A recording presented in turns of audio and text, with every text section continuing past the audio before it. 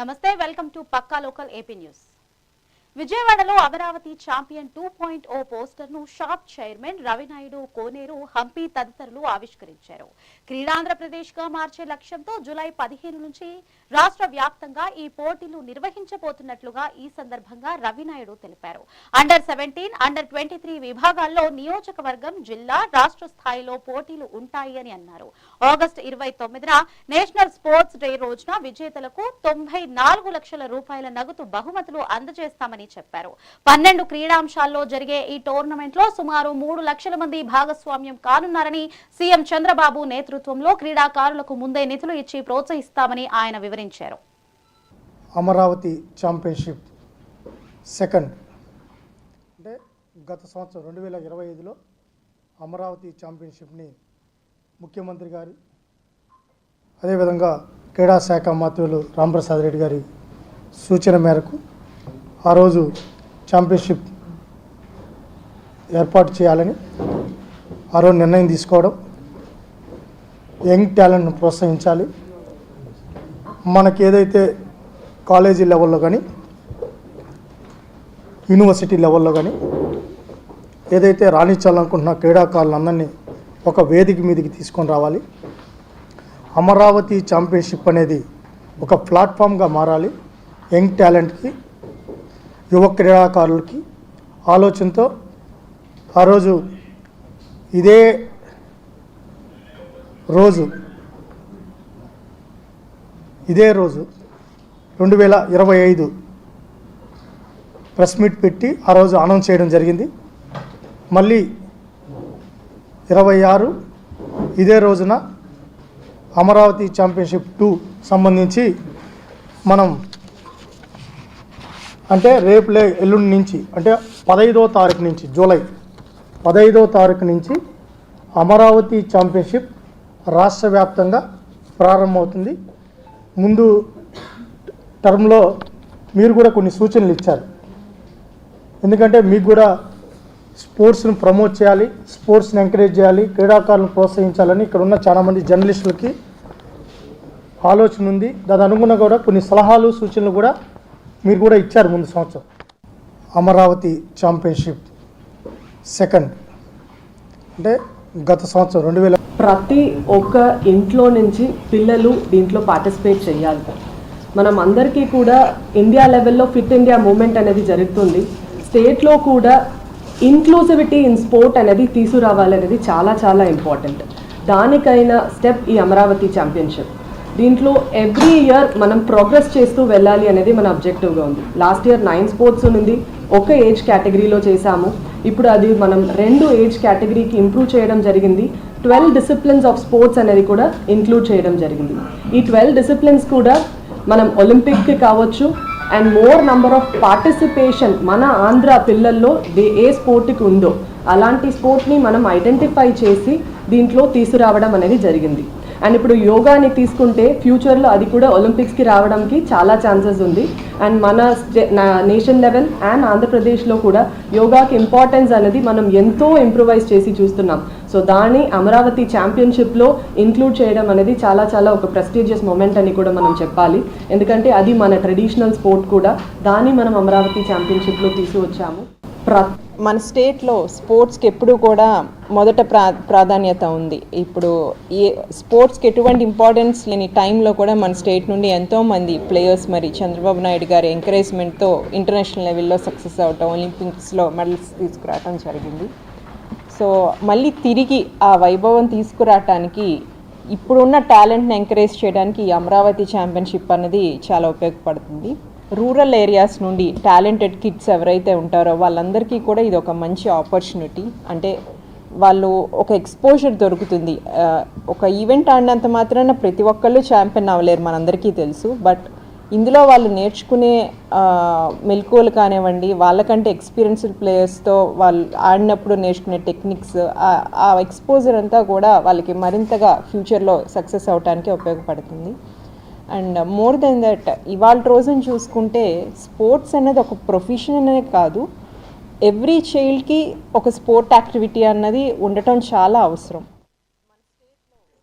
ఏలూరు జిల్లా దెందులూరు మాజీ ఎమ్మెల్యే అబ్బయ్య చౌదరి ఆధ్వర్యంలో భీమవరం ఆక్వా రైతుల పర్యటన పోస్టర్ను ఆవిష్కరించారు.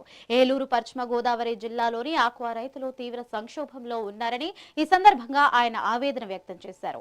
పెరిగిన ఫీడ్ ధరలు, ఎగుమతి ధరలు నియంత్రణలో కూటమి ప్రభుత్వం పూర్తిగా విఫలమైందని విమర్శించారు. ఆక్వా రైతులకు అండగా ఉండి వారి తరఫున ప్రభుత్వంపై పోరాడేందుకు వైఎస్ జగన్ పర్యటన చేయబోతున్నట్లుగా ప్రకటించారు. ఈ నెల 15వ తేదీన భీమవరంలో రాష్ట్ర వ్యాప్తంగా ఉన్న ఆక్వా రైతులతో జగన్ భేటీ అవుతారని సుబ్బయ్య చౌదరి స్పష్టం చేశారు.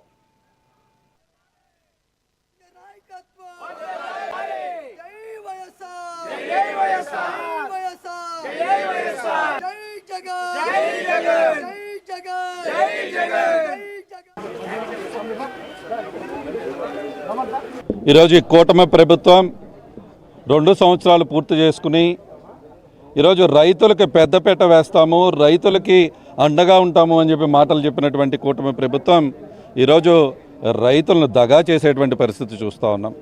ఈరోజు రైతాంగం మొత్తము కూడా ఈరోజు అన్ని విధాలా కూడా నష్టపోతున్నటువంటి పరిస్థితులు చూస్తూ ఉన్నాం. ఈరోజు రాష్ట్రంలో దెందులూరు మండలం కానీ, పెదపాడు మండలం కానీ, ఏలూరు రూరల్ మండలం కానీ, కొల్లేరు ప్రాంతం కానీ అత్యధికంగా ఉండేటువంటి దెందులూరు నియోజకవర్గంలో ఈరోజు ఆక్వా రైతులందరూ కూడా చాలా ఇబ్బందికరమైనటువంటి పరిస్థితి.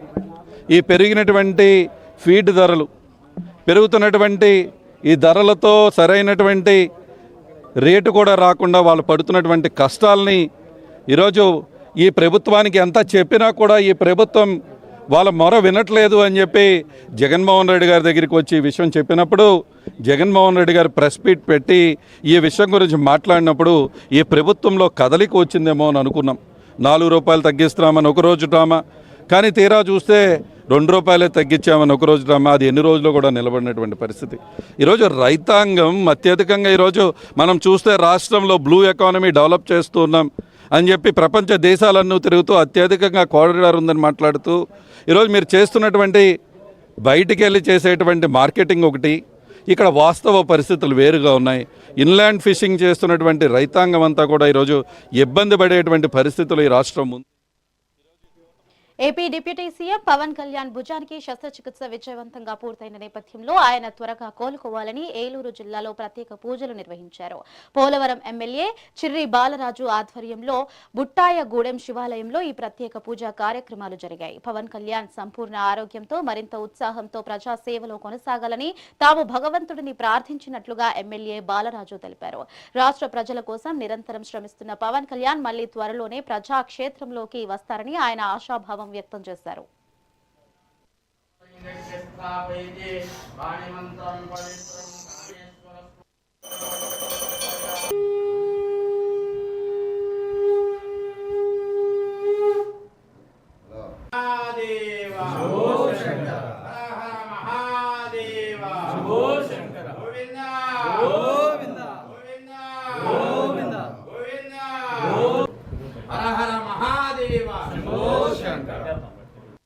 అనుగ్రహ కృపాకటాక్ష సిద్ధిరస్తు, ఉన్నత రాజకీయ వ్యవహార అనుకూలిత బల సిద్ధిరస్తు, విజయాభివృద్ధిరస్తు, తథాస్తు.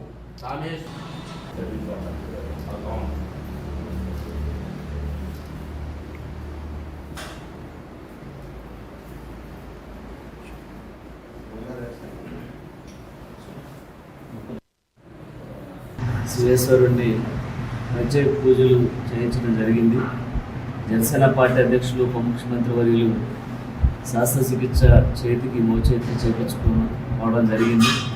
ఆయన త్వరగా కోలుకొని ఆయురారోగ్యాలతో మళ్ళీ ప్రజాసేవ కోసం మళ్ళీ ఆయన ప్రత్యేకంగా తిరగాలని, అలాగే ఏదైతే ఆయన కోరుకున్నటువంటి ఆశయ సాధనం నెరవేరాలని, జనసేన పార్టీ మరింత బలోపేతానికి ఆయన కృషి ఎప్పుడు కూడా ఉండాలని రోజు శివాలయంలో ప్రత్యేకమైనటువంటి పూజలు నిర్వహించి ఆయన త్వరగా కోలుకోవాలని మా నాయకుల సమక్షంలో చేయటం జరిగింది. శివుణ్ణి ప్రార్థిస్తున్నాం. తప్పకుండా ఆయన ఆయురారోగ్యాలతో తప్పకుండా కోలుకోవాలని మనస్ఫూర్తిగా కోరుకుంటున్నాం. ఎస్పీ వర్గీకరణ పేరుతో కేంద్రంలోని మోడీ ప్రభుత్వం బీజేపీ దేశవ్యాప్తంగా దళితులపై రాజకీయ కుట్రకు తెరలేపాయని మాలా మహానాడు జాతీయ అధ్యక్షుడు ఆర్ఎస్ రత్నాకర్ ధ్వజమెత్తారు. నంద్యాల ప్రెస్ మీట్ లో ఆయన హాట్ కామెంట్స్ చేశారు. ఎస్పీ వర్గీకరణకు వ్యతిరేకంగా పార్లమెంట్లో చట్టం చేసే వరకు మాలా సామాజిక వర్గం ఆధ్వర్యంలో శాంతియుత పోరాటం కొనసాగుతుంది అని అన్నారు. గతంలో కాంగ్రెస్ వేసిన బీజంతోనే నేడు మోడీ వర్గీకరణను దేశవ్యాప్తం చేయాలని చూస్తున్నారని విమర్శించారు. తెలుగు రాష్ట్రాల ముఖ్యమంత్రులు చంద్రబాబు నాయుడు, రేవంత్ రెడ్డి కూడా ఈ కుట్రలో భాగస్వాములవుతూ దళితుల ఐక్యతను దెబ్బతీస్తున్నారని రత్నాకర్ ఆరోపించారు. ప్రీవియస్ గా ఎస్సీ వర్గీకరణ అనేది చంద్రబాబు నాయుడు లోకల్ ఉన్నటువంటి రాజకీయ పార్టీల వల్ల ఆంధ్ర, తెలంగాణ అనేటటువంటి స్టేట్స్ మాత్రమే కన్ఫైన్ అయ్యింది. మోడీ గారు వచ్చిన తర్వాత దీన్ని దేశం మొత్తం స్టార్ట్ చేయడం జరిగింది మిత్రులారా. కాబట్టి I can speak almost all languages of India. 2 సంవత్సరాలుగా తిరుగుతున్నాను. ఇదేం ఫస్ట్ ప్రెస్ మీట్ కాదు. 300+ almost I went to the different parts of India, 5 states వరకు తిరిగి వచ్చాను. నంద్యాల మీరే మీ మిత్రులందరికీ కూడా నేను చెప్పొచ్చుది ఒకటే, ఈ రోజు వచ్చి పోయేది కాదు. ఆల్మోస్ట్ ఎవ్రీ మంత్ మీ దగ్గరికి వస్తాను. మీరు చేయగలిగిందంతా చేయాలి. అలాగే నా వైపు నుంచి ఏం చేయగలగునో మీకు అంతా చేయడానికి, మా ఆర్గనైజేషన్ తరఫున చేయడానికి నంద్యాల వేదికగా ఐఎమ్ గివింగ్ అష్యూరెన్స్. కాబట్టి this is not an ordinary issue మిత్రులారా. ఈ విషయాన్ని అర్థం చేసుకుంటారని, అలాగే ప్రెస్ మీటింగ్ సంబంధించినటువంటి సబ్జెక్ట్ అంతా we have prepared A detailed press note also. ఈ ఇన్ఫర్మేషన్ అంతా కూడా it goes to almost every corner of the country and across the world. కాబట్టి ఈ విషయాన్ని గమనించాలని చెప్పేసి తెలుగు రాష్ట్రాల్లో ఉన్న మాల బంధువులారా, మిత్రులారా, ఎస్సీ వర్గీకరణ పేరుతో అన్ని రాజకీయ పార్టీలు కుట్రపూరితంగా మాల సామాజిక వర్గాన్ని టార్గెట్ చేసి తొక్కేస్తూ ఉన్నాయి మిత్రులారా. మనకి ఎస్సీ రిజర్వేషన్ పేరుతో what they are giving, what they are throwing is just peanuts. SC reservation పేరుతో మనకి ఇచ్చేది ఎంగిరి మెతుకులు మాత్రమే మిత్రులారా. ఎస్సీ రిజర్వేషన్ వల్ల ఈనాటికి కూడా దేశంలో ఎంతమంది ఎస్సీ పీపుల్ బెనిఫిట్ పొందుతున్నారో we don't have still now any official data. ప్రభుత్వాల దగ్గర ఇంతమంది ఎస్సీలు ఈ రిజర్వేషన్ వల్ల బెనిఫిట్ పొందుతున్నారనేటటువంటి డేటా లేదు మిత్రులారా. It's an approximate value from my side. While was itself 100లో 1కి కానీ 2కి కానీ ఎస్సీ రిజర్వేషన్ వల్ల బెనిఫిట్ జరుగుతూ ఉంది. వారాంతపు సెలవుల నేపథ్యంలో శ్రీశైలం క్షేత్రానికి భక్తులు భారీగా పోటెత్తారు. భక్తుల రద్దీని దృష్టిలో ఉంచుకుని ఇవాళ విరామ బ్రేక్ దర్శనాలను అధికారులు నిలిపివేశారు.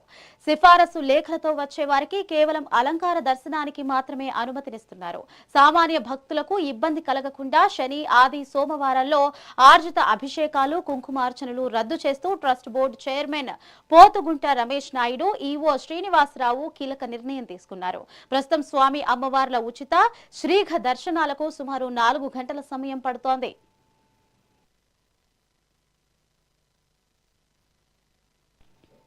పల్నాడు జిల్లా అమరావతిలోని పరమేశ్వర స్వామి దేవస్థానంలో అధికారుల నిర్లక్ష్యంపై భక్తులు తీవ్ర ఆగ్రహం వ్యక్తం చేశారు. మాస శివరాత్రి సోమవారం ఆరుద్ర నక్షత్రం కలిసి రావడంతో ఆలయానికి భక్తులు పోటెత్తారు. రద్దీని అంచనా వేయడంలో విఫలమైన అధికారులు కనీస ఏర్పాట్లు కూడా చేయలేదు.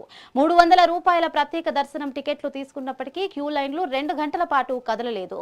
దీనిపై సిబ్బంది నిర్లక్ష్యంగా సమాధానం చెప్పకపోవడంతో మనస్తాపం చెందిన భక్తులు టికెట్లను అక్కడికక్కడే చింపివేసి దర్శనం చేయకుండానే వెనుదిరిగారు. మధ్యాహ్నం వరకు ఈవో ఆలయానికి రాకపోవడంతో తీవ్ర నిరసన వ్యక్తమైంది.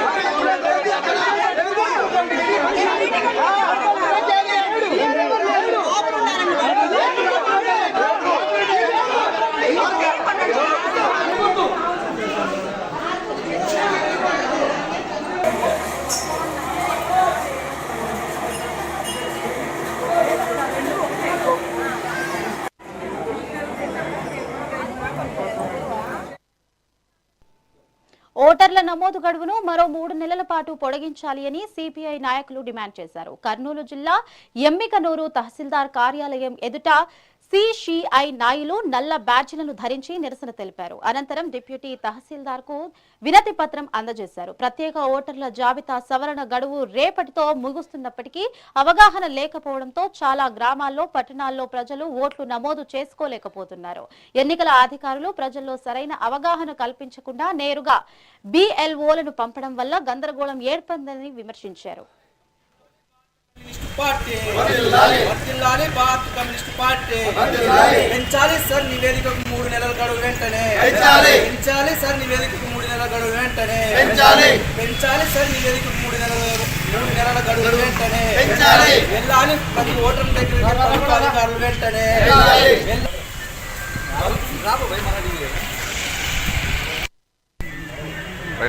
ఓటర్ల ప్రత్యేక సమగ్ర సవరణ సంబంధించినటువంటి ఎస్ఐఆర్ రేపటితో ముగుస్తున్నటువంటి నేపథ్యంలో చాలా రాష్ట్రంలో చాలా గ్రామాల్లో చాలా పట్టణాల్లో చాలా మంది కూడా ఇంకా పూర్తి స్థాయిలో ఓటర్లు నమోదు చేసుకోలేకపోవడం జరిగిందని చెప్పి భారత కమ్యూనిస్ట్ పార్టీ సిపిఐ ఆ వైపున ఆలోచన చేసి ఎస్ఐఆర్ను మరొక 3 నెలలు సమయం గడువు ఇవ్వాలని చెప్పి సందర్భంగా కమ్యూనిస్ట్ పార్టీ పిలుపు మేర వరకు నల్ల బ్యాడ్జీలను ధరించి కలెక్టర్ మొదలుకొని తహసీల్దార్ వరకు కూడా అన్ని ప్రభుత్వ కార్యాలయాలకు వినతి పత్రాలు ఇవ్వడం జరుగుతుంది.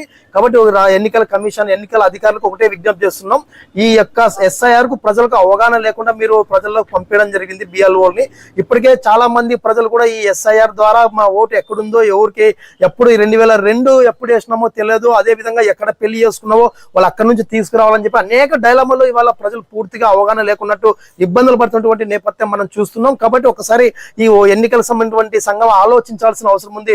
ప్రజలకు చైతన్యం చేయకోకున్నట్టు, ప్రజలను మోటివేషన్ చేయకోకున్నట్టు, ప్రజలకు అవగాహన కల్పించుకోకున్నట్టు డైరెక్ట్ బిఎల్ఓల ద్వారా ప్రజలకు పంపించి మీరు ఓట్లు నమోదు చేసుకోండి అంటే ఎట్లా కుదురుతుందని చెప్పి సందర్భంగా మేము తెలియజేస్తున్నాం. అదేవిధంగా ఇవాళ అధికారంలో ఉన్నటువంటి రాష్ట్రాల్లో కానీ అధికారంలో ఉన్నటువంటి ప్రాంతాలలో మొత్తం కూడా అధికార పార్టీకి కనసాగల్లో ఇవాళ బిఎల్ఓలు తీసుకెళ్లి వాళ్ళకి అనుకూలమైన ఓట్లు ఫస్ట్ ప్రయారిటీతో ఎక్కిస్తారు. వాళ్ళకి ఓట్లు పడవనటువంటి వాళ్ళపైన స్క్రిప్ట్ చేయడానికో లేకుంటే వాళ్ళ ఓట్లు ఎక్కించుకోకున్నట్టు ఉండడానికి రకరకాల ప్రయత్నాలు చేస్తాయి. కాబట్టి ఈ అంశంపై కూడా ఎన్నికల సంఘం కూడా ఆలోచించాల్సిన అవసరం ఉందని చెప్పి సందర్భంగా మేము కోరుతున్నాం. కాబట్టి ప్రజలకు మరొకసారి అవకాశం కల్పించడానికి మరో 3 నెలలు సమయం వెచ్చించాలని చెప్పి సందర్భంగా డిమాండ్ చేస్తున్నాం. ఓటర్ల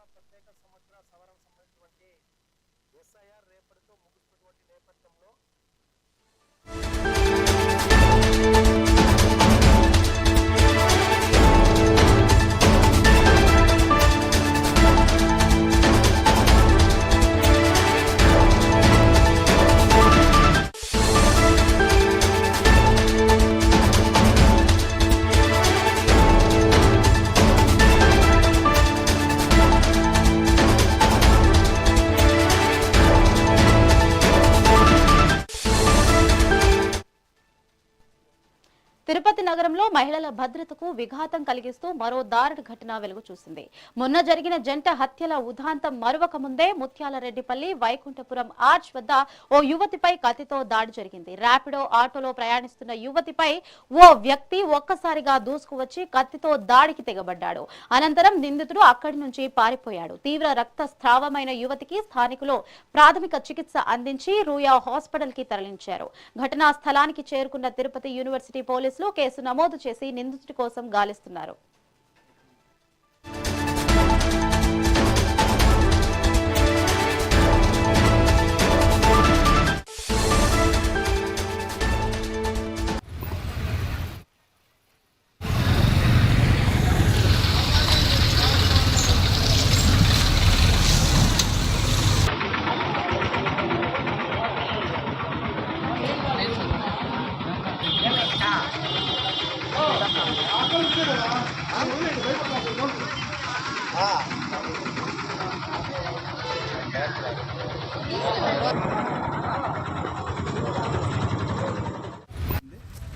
ఇంటికాడ ర్యాపిడో బుక్ చేసుకుని ఎక్కిందా సరే ఎక్కించుకొచ్చా ఆయన వెనకాల స్పీడ్గా వచ్చినాడు. స్పీడ్గా వచ్చి ఏం మాట్లాడలా, మంచిగా బ్యాగ్ ఏదో ఉంది, డబ్బులు ఉంది, నగలు ఉన్నాయని చెప్పేశాడు. కూడా ఒక దిగుమన్నాడు, నన్ను ఆఫ్ చేయించాడు. లోపల ఎక్కినాడు బ్యాగ్ నుంచి కత్తి తీసి దమ్మని వేసాడు. ఆమె ఇదిరించి బయట వచ్చేసి తప్పించుకునేది. ఆయన వదల 4 దెబ్బలు వేసి వెళ్ళిపోయాడు ఆయన. ఇంటికాడ ర్యాపిడో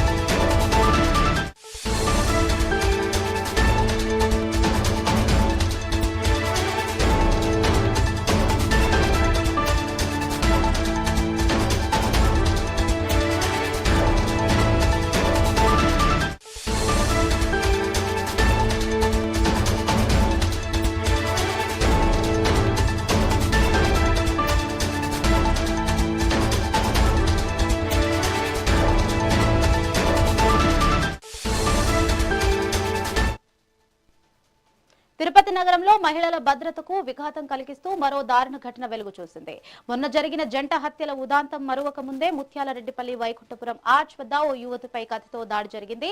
ర్యాపిడో ఆటోలో ప్రయాణిస్తున్న యువతిపై ఒక వ్యక్తి ఒక్కసారిగా దూసుకువచ్చి కత్తితో దాడికి తెగబడ్డాడు. అనంతరం నిందితుడు అక్కడి నుంచి పారిపోయాడు. తీవ్ర రక్తస్రావమైన యువతికి స్థానికులు ప్రాథమిక చికిత్స అందించి రుయా హాస్పిటల్ కి తరలించారు.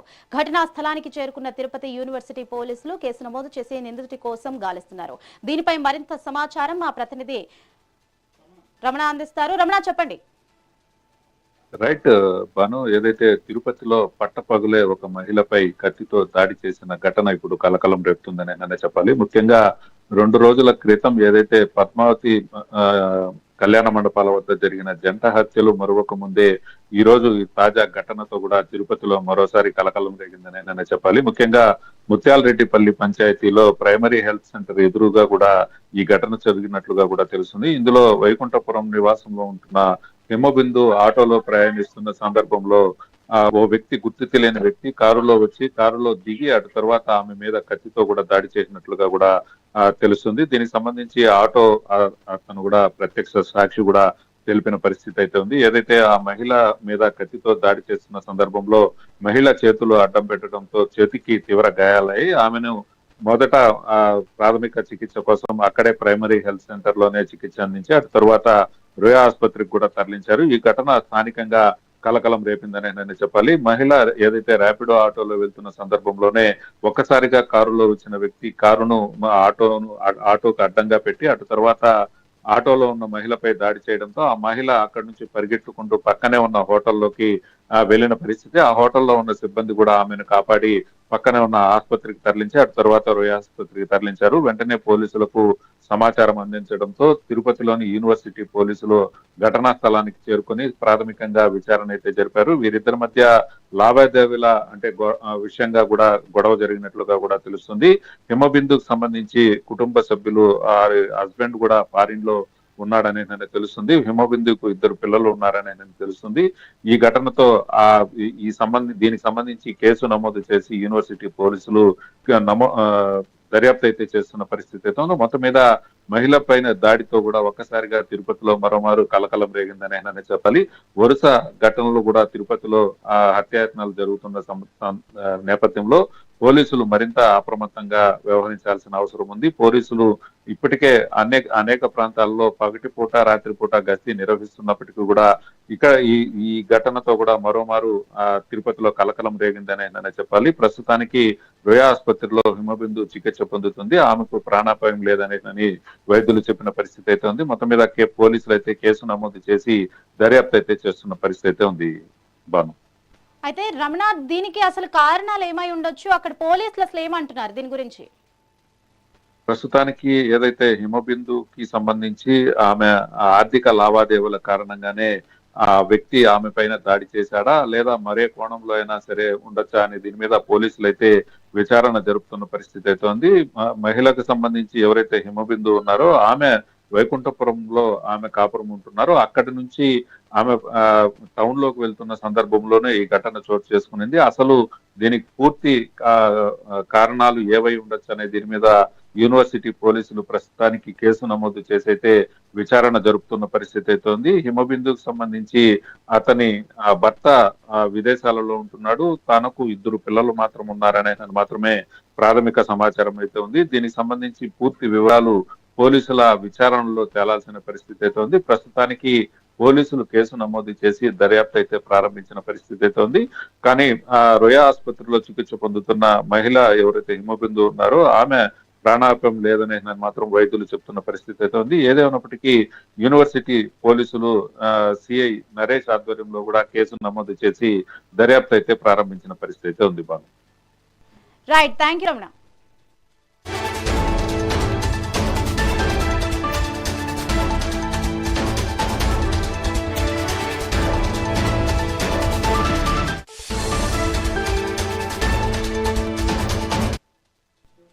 రైట్, ఇవి ఇప్పటి వరకు ఉన్న వార్తలు. చూస్తూనే ఉండండి మెగా 9 టీవీ.